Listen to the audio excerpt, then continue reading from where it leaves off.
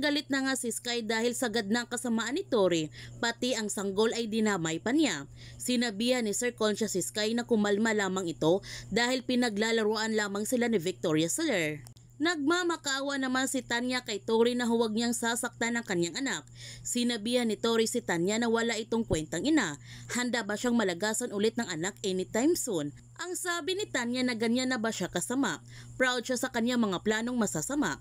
Sa mga plano niyang palpak, kaya nadamay ang kanyang anak. Kaya namatay ito. Ang sabi ni Tori, siya naman ang nagbanggit na walan siya ng anak. Kaya para walang lamangan, patayin na rin niya ang kanyang baby. Nagmamakawa ulit si Tanya kay Tori na huwag niyang patayin ang kanyang baby. Kaya napag-isip ni Tori na kawawa naman talaga ang baby kung papatayin niya ito na walang kamuwang-muwang. Si Sky na lamang ang kanyang papatayin dahil sa pagiging palakemera nito. Sinabi naman ni Tanya na ginawa lamang iyon ni Sky para sa tama at naghahanap din siya ng hustisya para sa mga biktima ng demonyo ng Northford. Ang sabi ni Tori, kung hindi dahil kay Sky, sana buo pa rin ang kanyang pamilya ngayon. Nawalan siya ng asawa.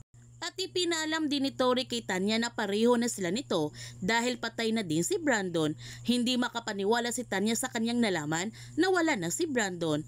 Papatayin din naman ni Tori ang sanggol pero hindi sa ngayon dahil gusto niya na masaksihan ni Sky ang kamatayan ng kanyang kapatid.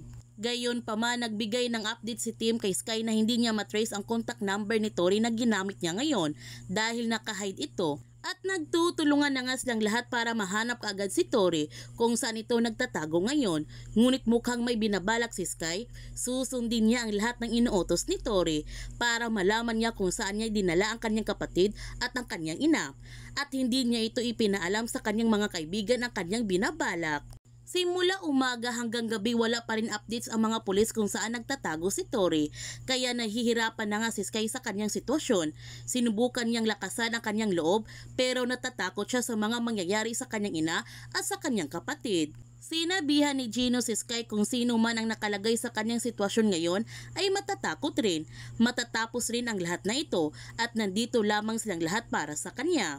Ang sabi ni Sky na dapat kasi siya lamang, hindi dapat sila nadamay rito. Laban lamang dapat niya ito. Siya lamang ang pinupuntirya ni Tori at hindi sila.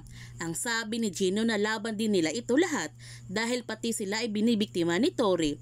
Pati sa mga pagsubok nila hindi siya sumuko, nandoon palagi siya sa kanila, kaya ganun din sila para sa kanya.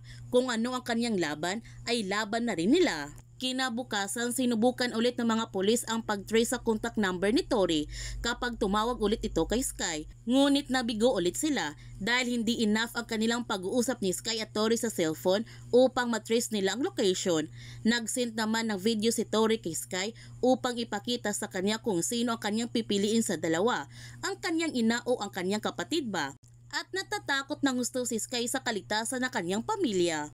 Kaya sa kanyang pag-uwi isinagawa na nga niya ang inuutos ni Tori sa kanya. Nag-public apology si Sky sa social media na walang kinalaman si Tori sa pagwawala ng kanyang ina at ang kanyang kapatid at isa itong inosente. Sobrang nagulat ang mga kaibigan ni Sky sa kanyang ginawa at nagtataka sila kung bakit niya ito ginawa. Kaya huwag natin palalapasin ang pagtatapos ng High Street. Kung bago ka pa channel ko, don't forget to like, subscribe, and click notification bell para palagi kang updated sa mga videos in-upload ko. Thank you for watching and God bless to everyone.